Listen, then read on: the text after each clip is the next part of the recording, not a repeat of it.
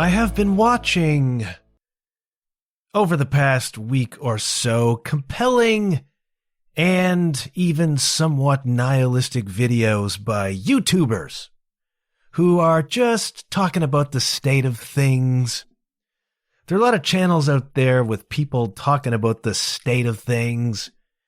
And so I went down some rabbit holes listening to people talking about the state of things. And I noticed something interesting, something intriguing about those channels.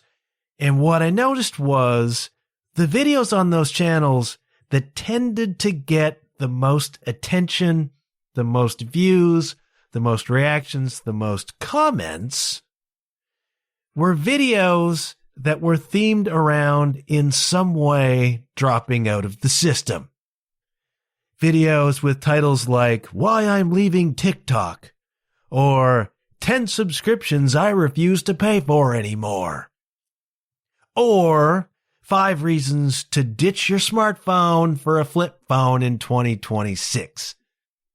Videos, I categorize them, that come out against consumerism, superficiality, playing the game, and the popularity of those videos, this was the idea I had, the popularity of those videos says to me that people want permission to opt out of modern culture. I don't know why people feel as though they need permission to drop out of modern culture, but that was my conclusion, because some of these channels are very, very popular, have a lot of subscribers, and they'll have a video about something that's got 9,000 views on it, which would be a friggin' dream for me.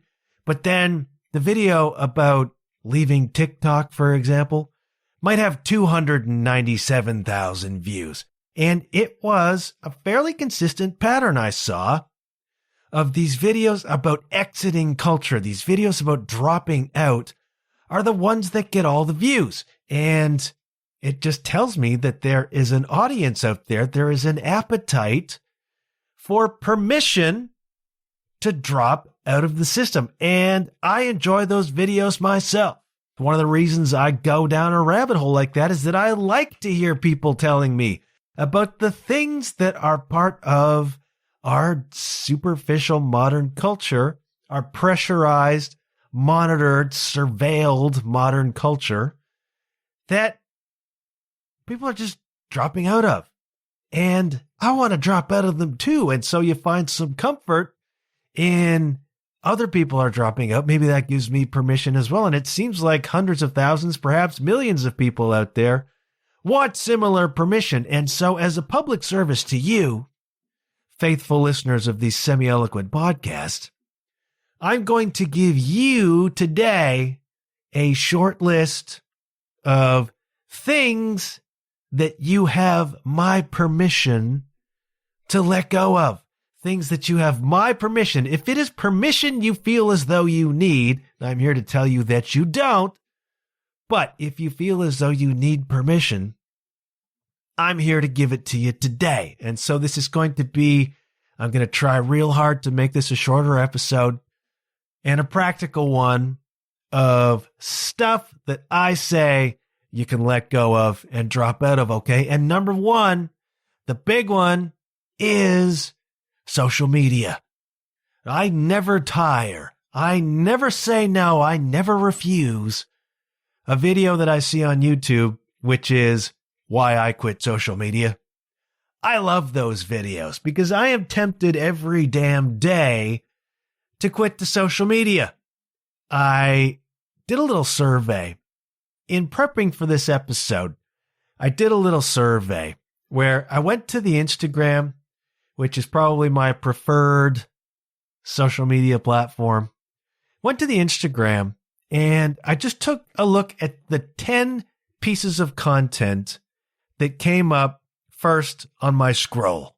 Now we know that they've created the endless scroll to keep you cynically on the platform. And we know very, very, very smart people have been hired, people with psychological insight, people who run casinos, people who design slot machines, people who know what it takes to pull you in and keep you scrolling, keep you on a platform. Endless scroll does that. There's no ending.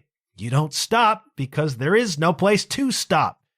The endless scroll, the bells and whistles, the intermittent reward system, which that's exactly how a slot machine works. You keep putting in your thing and pressing the button, pulling the arm, and once in a while you get a reward. That intermittent reward, the anticipation of that reward releases the dopamine, keeps you sitting in the chair. So it is with social media. These scrolling things they mimic slot machines. You keep pulling the arm, as it were, scrolling. And every so often, along comes a video that piques your interest that you forget about 5 minutes later, but in the moment, it's got you. And it's the anticipation of finding something interesting to you that surges your dopamine, keeps you on the platform, and it becomes like a motor habit, a motor addiction of that scroll movement. And it's an endless scroll, so it keeps you on there indefinitely so that they can throw more ads at you. This is how it works, man. If you are not paying for the product, you are the product. And they're selling your scrolling habits. They're selling whatever it is you click on, whatever you spend a little bit longer paying attention to, feeding the algorithm, and they're selling all of that information to their advertisers. And they're making a meal out of you, my friends. That's how this whole game works. Once upon a time, you used to go on the Instagram and you would actually see posts by people you follow. What a novel concept. Don't really get that now. And as is evidenced by my little experiment, one of the first 10 pieces of content I see on Instagram when I go there, I open it up and here's what I found. Of the 10 pieces of content that showed up, 4 of them were from accounts that I actually follow. That's 40%, kids, of the information. 5 of them were suggested follows. All right. So this is content from people I do not follow who are suggested to me by Instagram. Or there was, a row of reels. I don't follow any of these accounts, but these reels are suggested to me. So fully half of the content was not from people I follow or I'm interested in. They were suggestions for me to follow. And then one was a full-on advertisement. That's 10 pieces of content, 4 of which I have expressed an interest in. Over half of them are stuff being fed to me that I did not ask for. This is what Instagram's doing to you, right? And that's my preferred platform. Now, I said a week or two ago that I had to exit Threads again. Every now and then, I got to exit Threads. And again, they got you over a barrel there because if you have an Instagram account, you have a Threads account. You don't have to activate or use that Threads account, but it exists. And so I get Threads notifications. I got 4 of them sitting in my on the icon on Instagram. It's like you can't really fully escape it. Threads is there. And I just found that Threads is so effective at giving you bite-sized information and keeping you scrolling that I just couldn't handle it anymore. And so much of that content was political. It's just endless, row after row after row of political stuff. Now, I recognize that the algorithm gets trained off of what I react to, but the point is I do react to it. And so much of the political news, the political information right now makes me frigging furious, even if I see a piece of content that I agree with and appreciate politically. You go and look at the comments, and it's wall-to-wall bots saying heinous stuff that just pisses me off. Even I know it's bots. Why are there bots? Why are these accounts allowed? It's a frigging very, very difficult thing. I mean, I left Twitter years ago, and my understanding of Twitter now is that it's just an absolute cesspool, just an absolute manure tank of inflamed, angry, right-wing, anti-immigration, anti-everything, a cesspool, and half of it run by friggin' bots, and all of this really awful, racist, sexist, homophobic content is just pushed right. It's throttled right to the forefront. It'll rot your friggin' brain. And I have found lately that on Threads, there's just so much political stuff and then so much bloody inane stuff, like people posting clickbait, people posting salacious stuff just for the attention and the views and the likes and the whatever. And then it gets, the attention economy is so superficial, so frigging empty, so cynical that it just grinds me down. It's corrosive to me. And so I reached a point a couple weeks ago where like I'm spending way too much time scrolling this inane BS on this platform and just getting angry about it most of the time. And then my own content, with one or two exceptions, gets no attention whatsoever. I made a comment on somebody's thread about Arsenal a few weeks ago that got 10,000 views, if you could possibly believe it. And you know how many followers I picked up off of that, incidentally?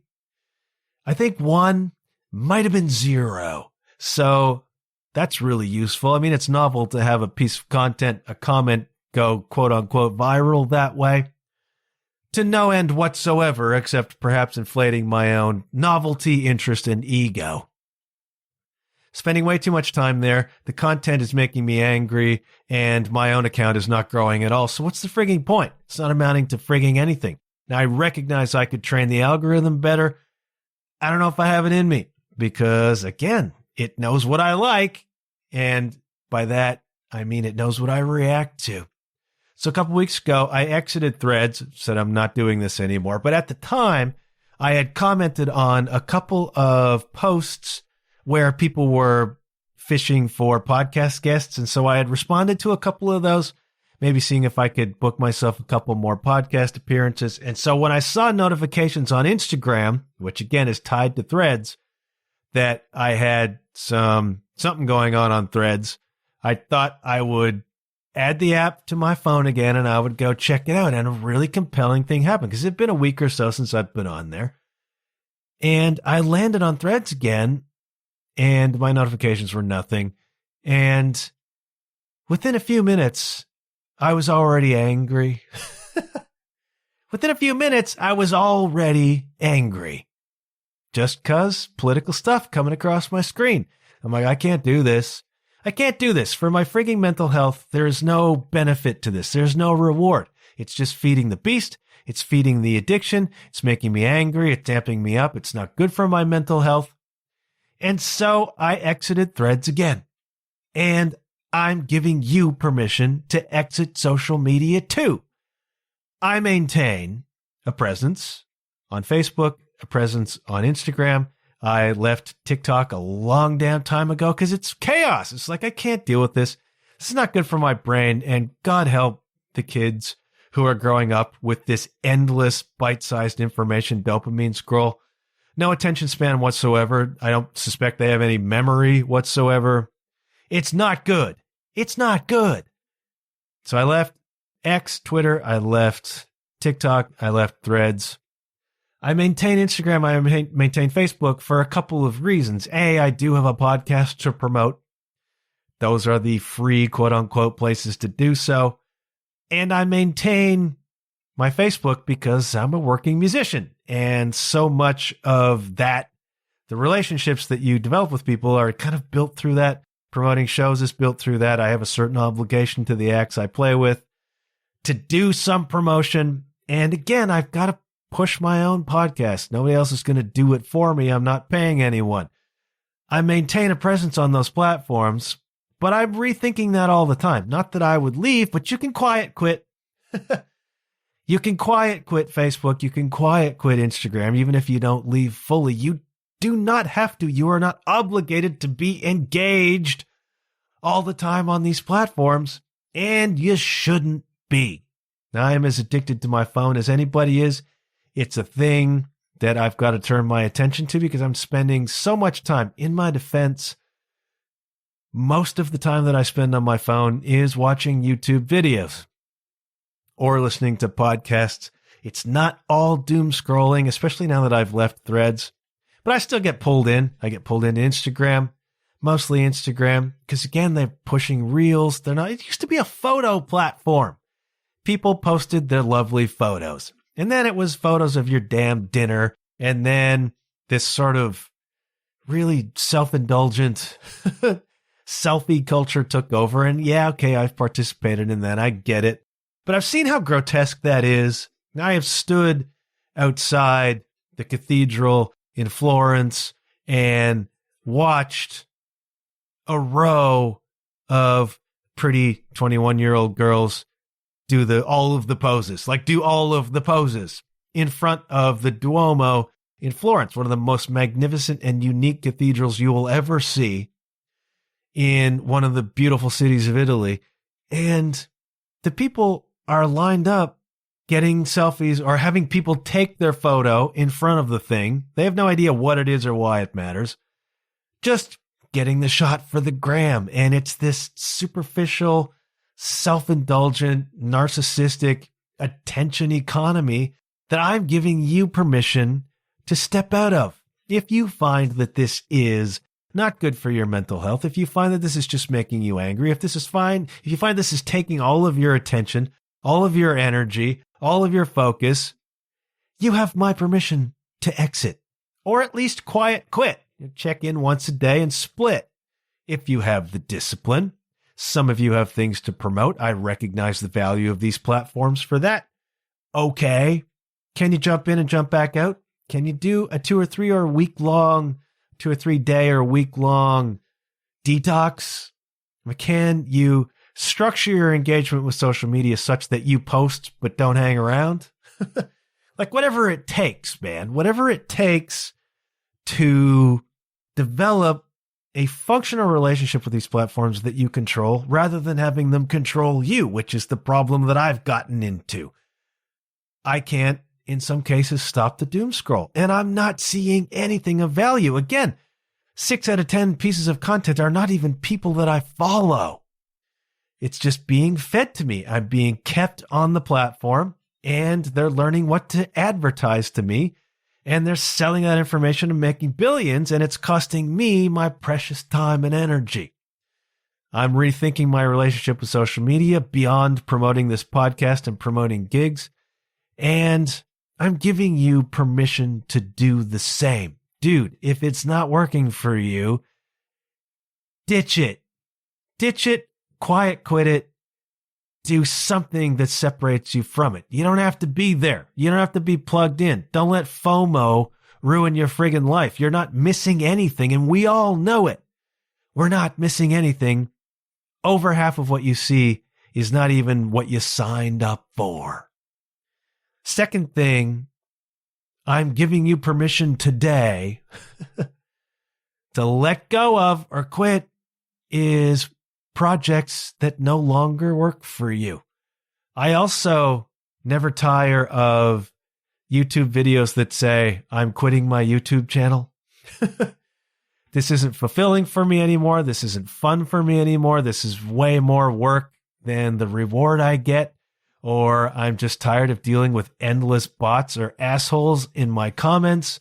I'm just not doing this anymore. This is not good for me. There's no reward to it. You get frequently podcast episodes like that.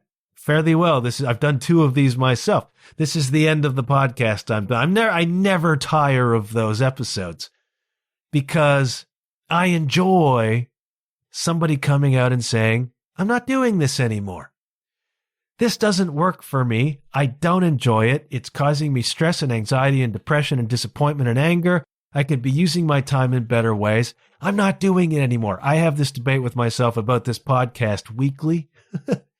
Am I getting from this what would seem to be worth what I'm putting in? I don't know if I am or not, but so far I'm not quite ready to fully throw in that towel. I keep going. Stuff keeps coming to me, and so I keep saying it. But maybe that's not the case with you. And I've done other stuff where I'm just like, I'm not doing this anymore. It's not working for me. Spent 10 years trying to be a fiction writer, knocked out some stuff, didn't work. It began to cause me just anxiety and frustration and despair more than it was a creative outlet for me. There are reasons for that. We don't need to talk about them now.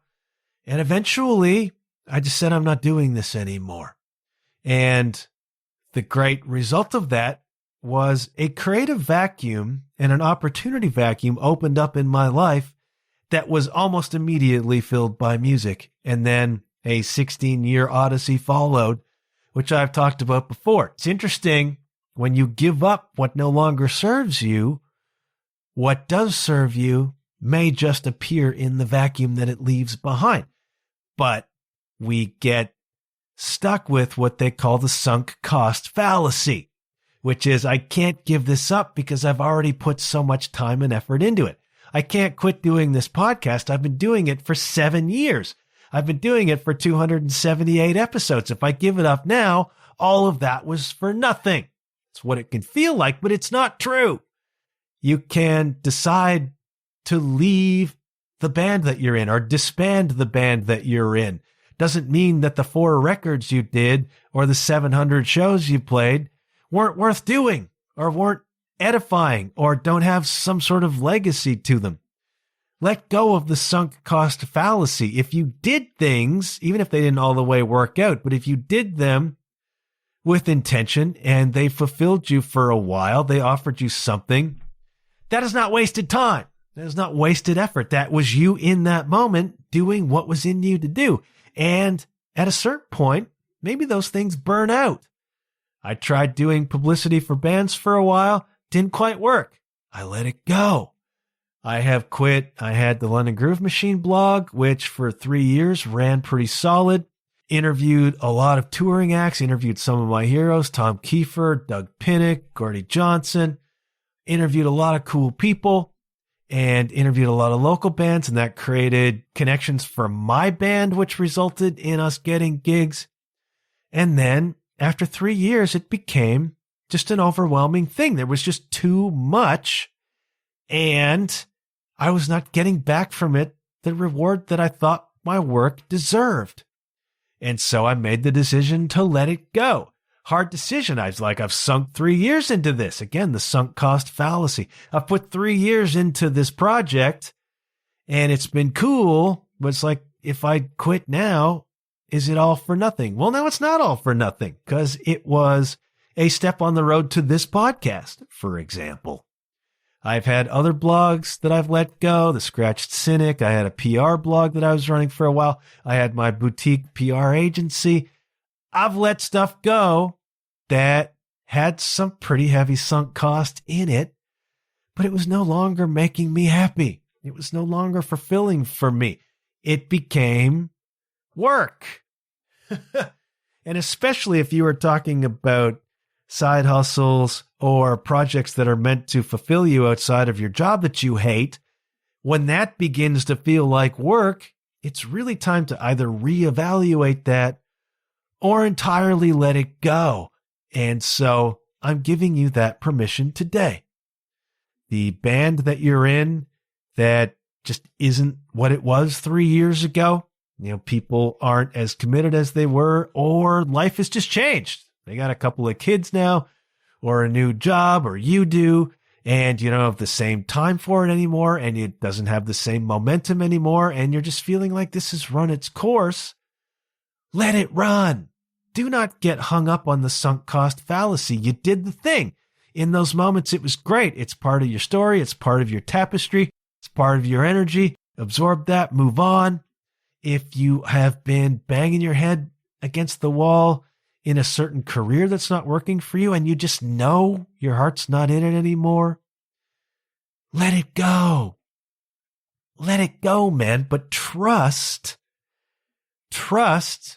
in this idea of the vacuum that it leaves behind. Again, that was me with music. This whole odyssey in music, which is a direct contributor to this podcast existing, is as a product of me finally letting go of writing fiction, creating this void that was filled almost immediately by music, and then all of these other things unfolded with it, which leads me directly to talking to you at this moment. You've got to have a certain amount of faith that when you let something go, that is a positive act. That is a statement to the universe that I'm giving up on this thing that has run its course or never worked in the first place and doesn't feel good. And I am opening myself up to something else that's more right for me, that's more timely for me, that feels better for me, that is me now in this moment. And I'm grateful for this other thing that is gone and what it taught me and what it accomplished and the experiences it gave me and the stories I can now tell and the experience I have. I'm grateful for that. I'm letting it go because it's time, and I'm opening myself up to this new thing, and then see what fills the void. It becomes very liberating to put down something heavy. It hurts more to hang on to the rope and be dragged than to let it go, man. Don't get hung up on the sunk cost fallacy. I'm giving you permission right now to quit what does not work for you, whether that's a creative project, whether that's a career, whether that's relationships, whatever it is that you've got yourself into that is just done or just does not work or just does not fulfill or make you happy. Life is short, man. So I am giving you permission to let go of those things and open yourself up to what is meant for you, what is right for you, the next thing that might be better for you. I am giving you permission today, gentle listener, to let go of stuff. That's right, stuff. Earlier this week, I was cleaning my bedroom, and there were on the floor in one part of the bedroom just a whole lot of decorative pillows. Pillows that had at one point 10 years ago been on the bed. Nobody needs that many pillows on the friggin' bed. And so I'm in this process of purging at this moment. It's a purging season. As you know, going through a separation, now living alone for the first time, really. And that's great. But I've been going through the place and beginning to make it my own, but also to purge things. I have said before that stuff has existential weight. I've talked before about getting rid of stuff and how good it feels when your space is clean and organized and tidy. There is a weight to that stuff that you feel inside. And when it's cleared out, you feel lighter. You feel more open. You feel more free. One of the reasons my favorite drum setup is kick, floor, snare is that there's nothing in front of me. And I can set the cymbals at a nice height right in front of me, and it just feels open. It feels lighter. It feels better to me. I don't often play that setup for reasons, but that's my favorite setup. For that reason, it just feels really good. A cleaned up space feels really good. A neatly mowed yard feels really good. And so I've been in the process of cleaning the bedroom, purging a bunch of clothes that I was going to give to Goodwill, getting rid of stuff. And I saw on the floor these pillows taking up like a quarter of the friggin' room. And I said, I'm going to take these pillows out of here. So I gathered them up and I put them in another room where I've been storing stuff. And the room instantly felt better, felt lighter, felt larger, felt more space. Again, this stuff has existential weight. Clutter will drive you friggin' mad. As without, as within, as above, so below. Clutter on the outside, clutter on the inside. Clear your space and you clear your mind. I really believe that because I've had the experience when we did the reno around here a few years ago. We threw out reams of stuff. Reams. We had a whole dumpster parked in the laneway. Now, a lot of that was the old carpet and the old walls, but also a lot of it was stuff. We went on an intense and aggressive purge of stuff, and it felt amazing. I just couldn't find enough stuff to get rid of. It felt so good to clear space existentially. And I just had a reminder of that. Just moving a few pillows. Just moving a few pillows out of the way and opening up this corner of the room. And it's like, it feels so good. So I'm telling you, you have my permission to give up your stuff, to gather up all that stuff that is taking up space in your house, taking up space in your life, taking up space in your mind, and give it away, sell it, get rid of it. I had 3 drum sets. I now have 2. I'm purging down drum gear. Partly it's because I know I'm going to have to downsize at some point and there's going to be a move and I hate that. And so I want it to be as easy as possible. So I'm getting rid of stuff. I still have a lot of stuff, just junk, just stuff. I'm saying, get rid of your stuff. Go minimalist. Go minimalist. I'm learning to get there myself. I like a minimalist drum setup and I like minimalist gear if I can get away with it. I've never been a huge gear hoarder, but I'm like, what can I get rid of? I can sell that cymbal. I sold this drum kit. I can do this. I can do that. And I'm just kind of going through rooms of the house now. Like, what can I get rid of?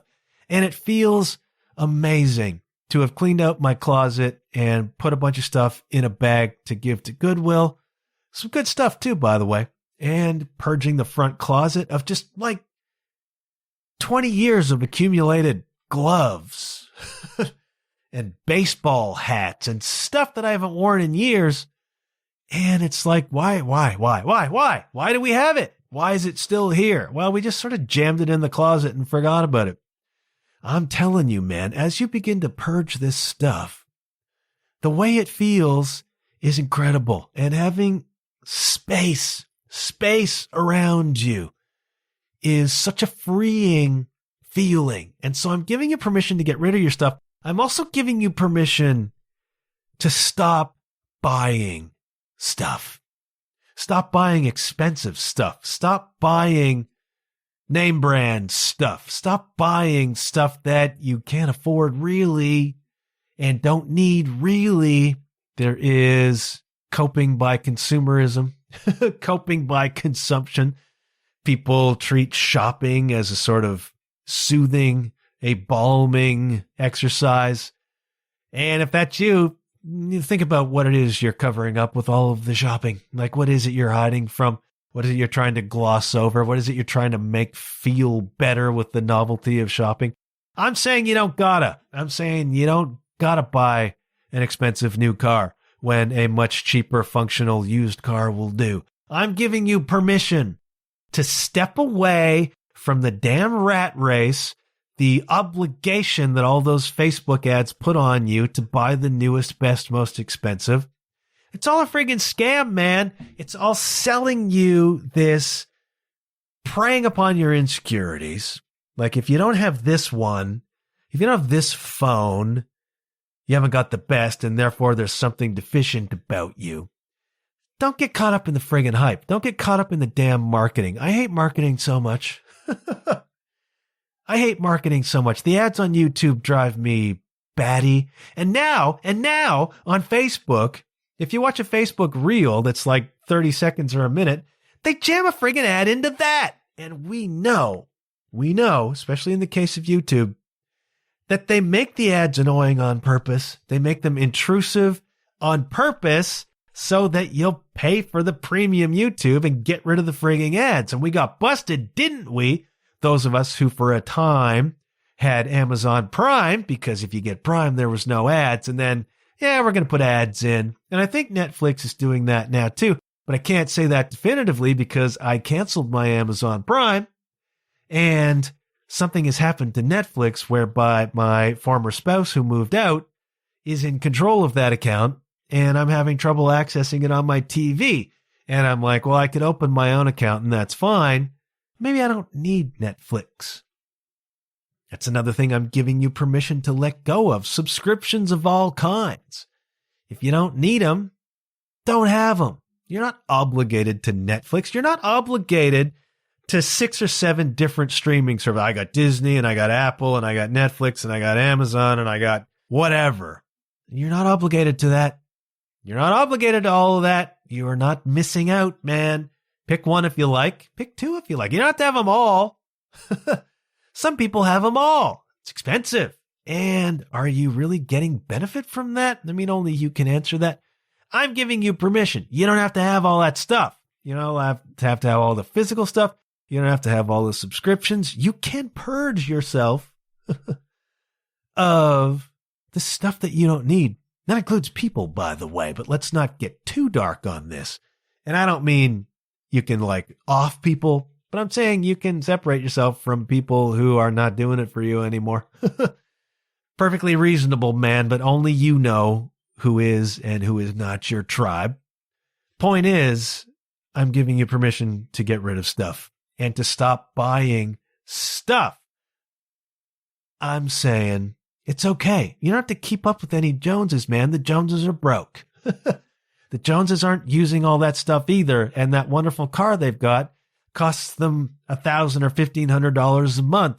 And is that money well spent? I don't know. You don't have to keep up with the Joneses, man. So get rid of your stuff. Stop buying stuff. If you need permission from somebody, I'm saying it's okay. One more thing for this episode that I'm giving you permission to stop is, this is a bit existential, it's a bit esoteric. I'm giving you permission to stop not being who you are. I know. But it's all part and parcel, man. It's all part of this social media game. I'm giving you permission to stop making content. I'm giving you permission to stop chasing followers. I'm giving you permission to stop presenting an idealized version of yourself online. I'm giving you permission to stop presenting an idealized version of yourself or a fake version of yourself in real life. I mean, I have had to reckon with this myself.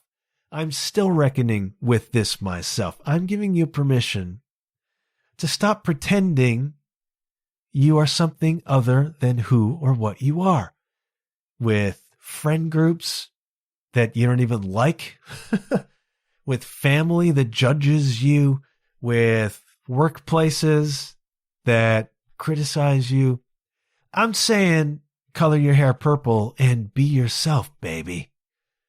Because one of the most stressful things you can be is a lie.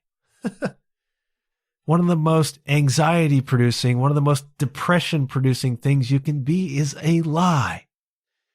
And I'm giving you permission to show up as authentically you. Now, I've struggled with this in a variety of odd ways, but when you grow up in the Christian world, the evangelical Christian world, you have certain expectations, calibrations put upon you from childhood. And to deviate from those expectancies is to invite enormous judgment, enormous hysteria. I have struggled for a very long time with showing up authentically in a world, in the Christian world, which I'm not really in anymore. But it's like they put an identity upon you. And if you deviate from that identity, A, you're in fear of eternal damnation. B, just intense judgment from other people. I understand what it's like to pretend. I understand what it's like to put on a mask. I understand what it's like to put on an identity like a cloak and then go into certain societies, go into certain groups and pretend that you are other than what you are. And I can also tell you that it creates gallbladder attacks and anxiety and depression, and it's exhausting. And I'm saying you don't need to do that anymore. I am giving you permission to be bloody you.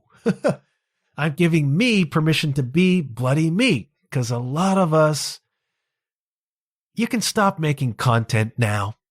You can stop making content now aimed at merely getting likes and shares and followers. Like, this whole game is played out, man. I'm saying you can show up as you. And you'll probably get a lot further, actually, if your game is getting likes and shares and follows. Showing up as authentically you is probably going to get you a lot further than showing up as some character, some caricature, some character that you play. I struggle with that a little bit on this podcast, by the way. Now, I'm honest and I'm vulnerable on this podcast, but I don't speak in real life the way I speak on this show. It's a little bit showbiz. I recognize that. But in a certain way, it's an authentic version of me. It's just an amplified one, I suppose. But I think about that, too. It's like, am I being real? My former spouse used to listen to the show once in a while and say, that's not you. Maybe she's right. Maybe that's why she's gone. I don't know.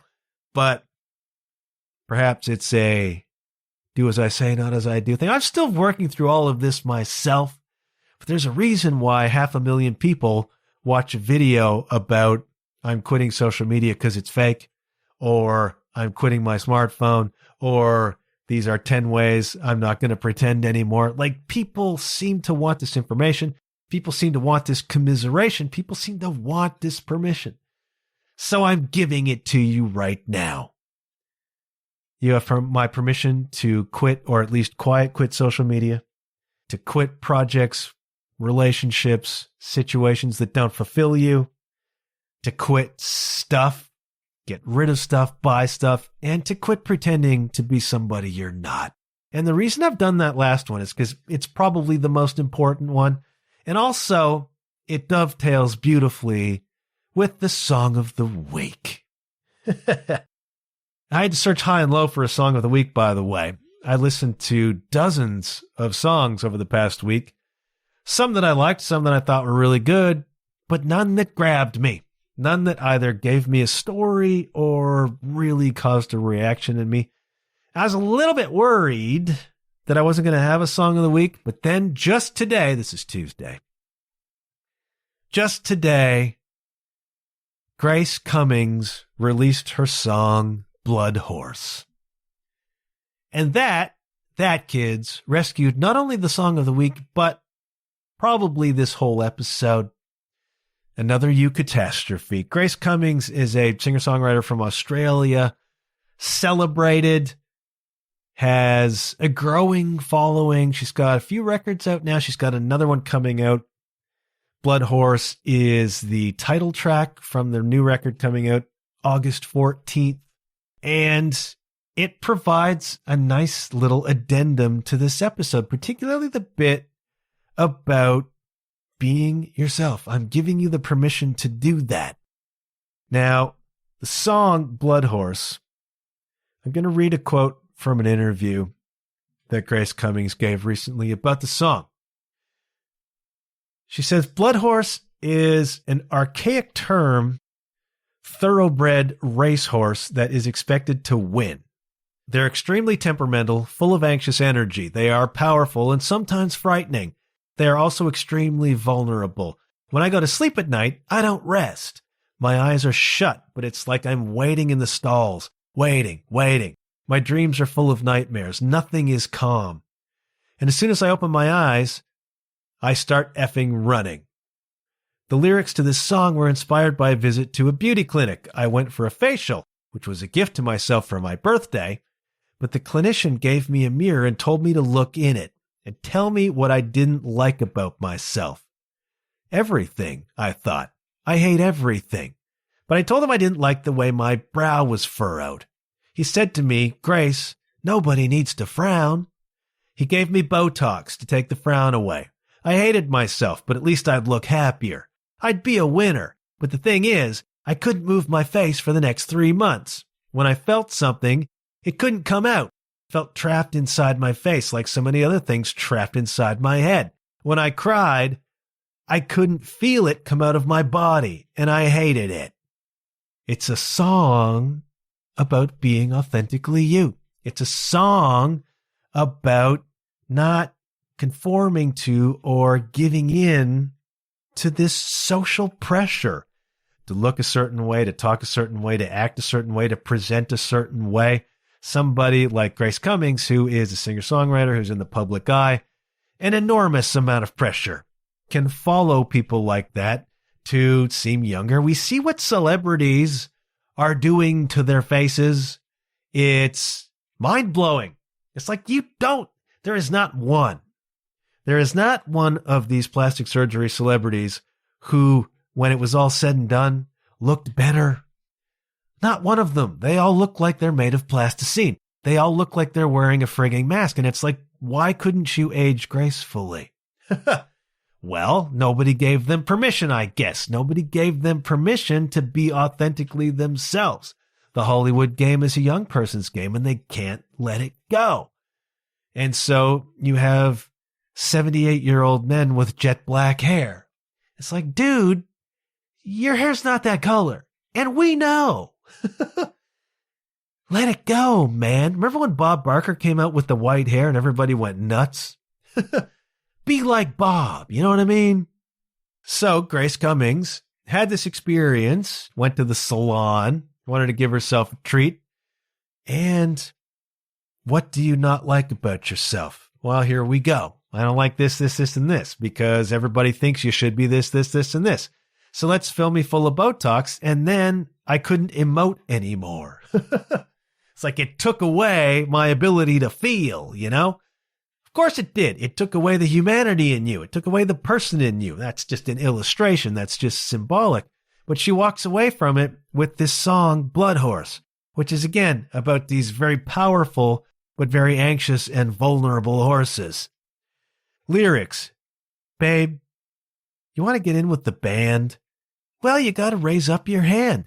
Might take a couple grand. See what you want to see and be anyone you want to be for a couple grand.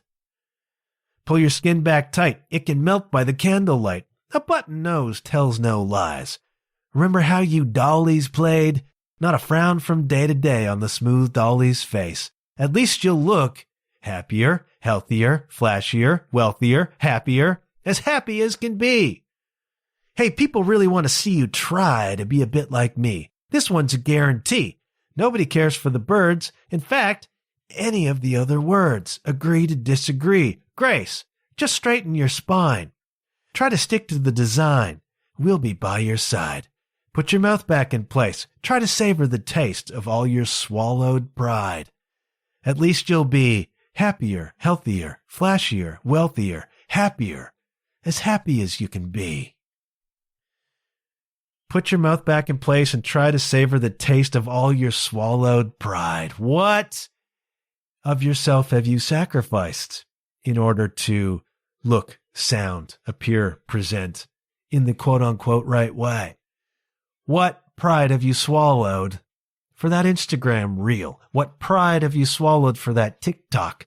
What pride have you swallowed for the illusion, the image you present publicly that gives you colitis, gives you gallbladder attacks? I and Grace Cummings are giving you the permission to let go of all the BS, show up as you are. Enough with the pressure. Just be who you are. I'm going to try to learn to be who I am and then not get caught up in whether people see me as a drummer or people see me as a podcaster or people see me as successful or good or useful or valuable. The value is intrinsic. Show up as yourself. Take off the friggin' pressure. You don't need the anxiety. You don't need the depression of that reel only getting 200 views. You don't need that. Doesn't amount to anything. Doesn't matter. It's all so effing superficial. And that's exactly what Grace Cummings is talking about in this song. The video, she's in a red dress doing Pilates and she's looking kind of psychotically at the camera. And then by the end, she's so spent by doing this performance that she just collapses on the ground. Like, I can't keep this up, man. I'm a dancing monkey over here. I can't do it.